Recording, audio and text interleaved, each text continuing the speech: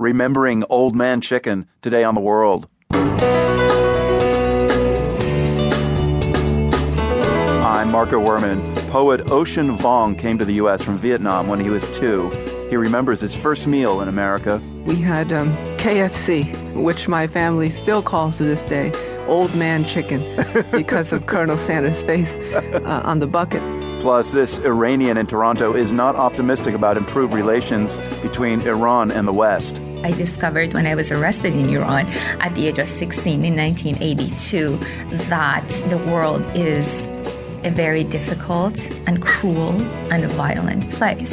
And an octopus in a New Zealand aquarium makes a break for it. Octopuses are fabulous escape artists. An octopus named Inky, and this Inky does run today on The World.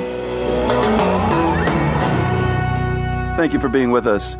We've got a show on tap today that has a lot of connections to the global nation that is the U.S. We'll go to Long Island, where immigrant activists have been reminded of a 2008 hate crime there. We'll meet an American cellist navigating her Haitian roots, and we'll speak with a father and daughter from Venezuela, now in the States, who are closely watching what the Supreme Court has to say about President Obama's executive actions on immigration. But we thought we'd raise the curtain in a poetic way with a poet. The immigrant experience, of course, is so vastly different from person to person, but 28-year-old Ocean Vuong captures what he experienced brilliantly. Ocean Vuong's first book of poems, Night Sky with Exit Wounds, came out this month to rave reviews. Vuong was born on a rice farm outside Saigon in 1988. When he was 2 years old, he and 6 of his relatives called home a one-bedroom apartment in a housing project in Hartford, Connecticut. It was unfurnished, except for a pile of blankets in the corner, and that was donated by the local church. So it looked like a large field with this mountainous bundle of cloth at the corner of it, and we just sort of acclimated there. I remember our first night we had KFC, which my family still calls to this day Old Man Chicken because of Colonel Sanders' face on the buckets. And that was our first night in America. I remember it was very cold. The snow was starting, and you could hear it crackling on the tenement windows. And we were dipping into this seemingly miraculous bucket of chicken and drinking the tea that we brought with us. And we started to tell stories and make it through our first night. You told stories because you had no radio and you had no TV, right? Yeah. That was how we managed, which is how it always was in Vietnam anyways. And so we were quite happy. You know, we really believed that this was the height of American living. So 1988, I mean, that's a good 10 years plus after the end of the war. What motivated you and your family to come to the States?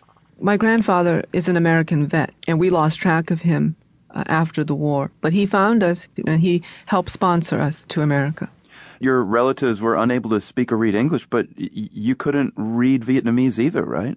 Right. No one could read. And the Reconstruction era in Vietnam was horrid. People were cutting their rice rations with sawdust, my family included. And so education was a sort of luxury that you couldn't afford. It was either eat or go to school, and most people chose to eat. Right. Ocean, can you tell us about your poem, Obad with Burning City? What is the context? What does it mean? Obad is traditionally a poem that is about departure, often in the morning between two lovers. My version of Obad deals with the collapse and the fall of Saigon. The American army is pulling out of Saigon and leaving the southern Vietnamese army there. And then there's this kind of almost surreal tip of the hat to Irving Berlin's White Christmas, this code for when the Operation Frequent Wind, this evacuation of Americans would begin, right, that you fold into the poem. Could you read us the first 10 lines or so? Yes. Milk flower petals in the street, like pieces of a girl's dress. May your days be merry and bright. He fills a teacup with champagne, brings it to her lips. Open, he says. She opens.